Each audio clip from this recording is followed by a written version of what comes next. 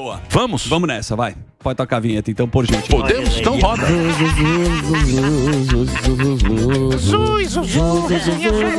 Não é genésio, é não é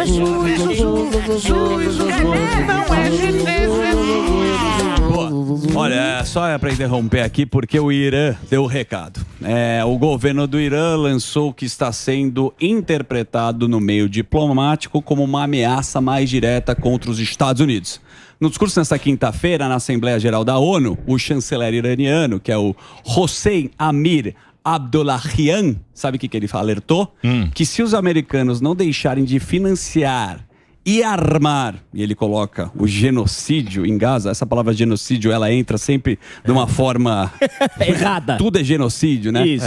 Eles não serão poupados desse fogo. Ou seja, Emilhão, o Irã está ameaçando formalmente os Estados Unidos. E a gente... Mas não tem chance, né? Não tem chance, mas eles agora estão falando isso. Estão falando agora. Mas em contrapartida... O problema é entrar os grandes, né? Mas entrar os grandes aí, já entraram, já. né? É a terceira guerra, amigo. Exato, em contrapartida, os Estados Unidos agora realizaram 2 ataques aéreos contra instalações usadas pelo próprio corpo da Guarda Revolucionária Islâmica do Irã no leste da Síria. A ação, Emilhão, é uma retaliação a uma série de bombardeios recentes com foguetes e drones contra as forças norte-americanas no Iraque e também na Síria. Então você já tacaram já bala atacou, lá. se você brincar muito, aí você sabe que os Estados Unidos têm um poder bélico imenso. Mas vale lembrar. Israel não está entrando para os Estados Unidos fortalecerem as embaixadas no mundo que estão preocupados com o Você tem terrorismo. toda a razão. O Biden falou, segura um pouco a onda. Segura a onda pra não gente se entra preparar. agora, mas a gente sabe que a Europa inteira está se Mas movimentando. já está entrando, né? Já entrou.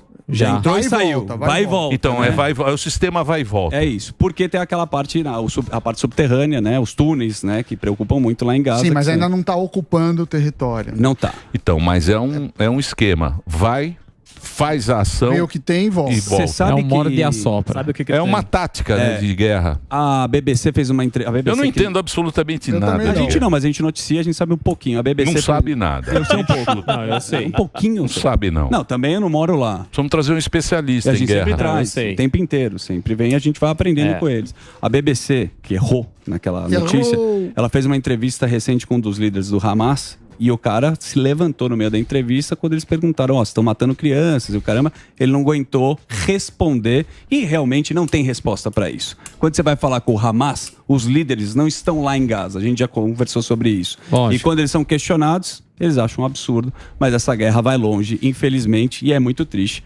Tomara não, já é, né? Uma terceira guerra mundial, acredito eu. Uma movimentação política. Depende para onde os grandes forem. Os grandes já estão se movimentando, Não, já dividindo. estão, mas está meio que guerra fria. É. Né? É. Já é meio que uma guerra fria. A Rússia também mostrando já é o meio poder que uma- nuclear, brincando, né? A gente esquece, mas...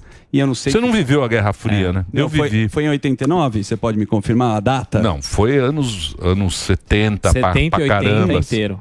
Quando terminou a Guerra Fria, não foi? Não, a Muro de Guerra Berlim. Fria terminou quando a União Soviética foi pro saco. 91 é o final. É. 91. E começou em 47, segundo o Google. Começou depois da Segunda Guerra, Foi começou... até... União Soviética contra os Mas Estados a Unidos. gente ficava com medo da bomba atômica. Exato, eu lembro da... Era o... A Tobinha na mão era na década de 70. O Gorbachev, que tinha uma bela mancha. Então, mas isso já é depois. Isso é depois. Essa é a época que eu peguei. né? Já pegou depois. Tá certo. Bom. Que o Leonid Brezhnev. Não é da Leonid Brezhnev. Não conheci. Ele estava morto, mas eles deixavam ele em pé assim, morto.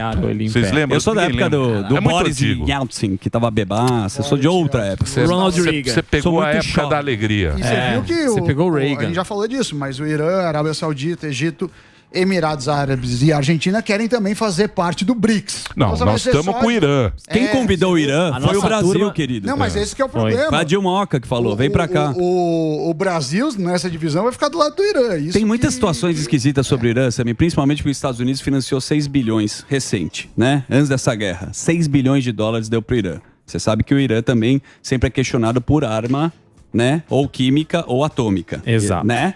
Então, por aí vai. E o Irã tem uma... Agora só vou aprofundar o Irã. que eu- Mas o Irã, Vai lá, o Irã vai lá. é importante lá Ele é importante, mas ele dá o peso ali para. Ele dá o peso, mas nos países árabes ele tem uma treta com a Arábia Saudita. E a Arábia Saudita, o Rufo que tem essa área. Eles são persas. Que eles são mais modernos. Eles estão em busca. Quem o petróleo, o petróleo não. Não, a Arábia Saudita não é moderna. Não, Emirados. Emirados é mais moderno. A Arábia Saudita, ela tem o petróleo. O petróleo. Que não é infinito. É finito, uma hora acaba o petróleo. Saudi Arábia, você tá falando? Exato. Do salmão. É por isso que eles. O salmão é bonzinho. Ele mata os caras e some. Você não viu que ele matou? Dá o carro pra criança. Mas ele que contrata os jogadores brasileiros. Isso, ele é bonzinho. Esse é bonzinho. Vai brincando. Mas não mata criança. Criança ele não mata, mas ele some. Ele dá Mercedes. Ele some com as pessoas. Você lembra que sumiu lá na embaixada da Turquia? Que o cara até hoje não acharam o cara. E nem questionaram onde. É gente boa, viu, gente? É gente que a gente tem que defender mesmo. Isso, tem que estar do lado. Tem que estar do lado desse pessoal. Esse pessoal é super democrático. Eu não falo mal. Sabe? A gente tem que ficar do ladinho deles. É que uma mais, cultura Uzi? medieval, né? Como ele falou aqui, o entrevistado Jorge. Que mais? Olha, Sami, você falou isso e agora parece que carimbaram. O STF autoriza bancos a retomarem imóveis de devedores sem decisão judicial. A maior parte dos ministros seguiu o voto do relator, o nosso querido Luiz Fux, com o seu belo penteado, que disse que... Cabeleira fantástica. O que acontece, eu vou só para... O Sami já tinha dado essa notícia. Resumidamente, você quer fazer um empréstimo, certo? Você coloca o teu imóvel lá na granja e o banco pode pegar o teu imóvel. Sem treta?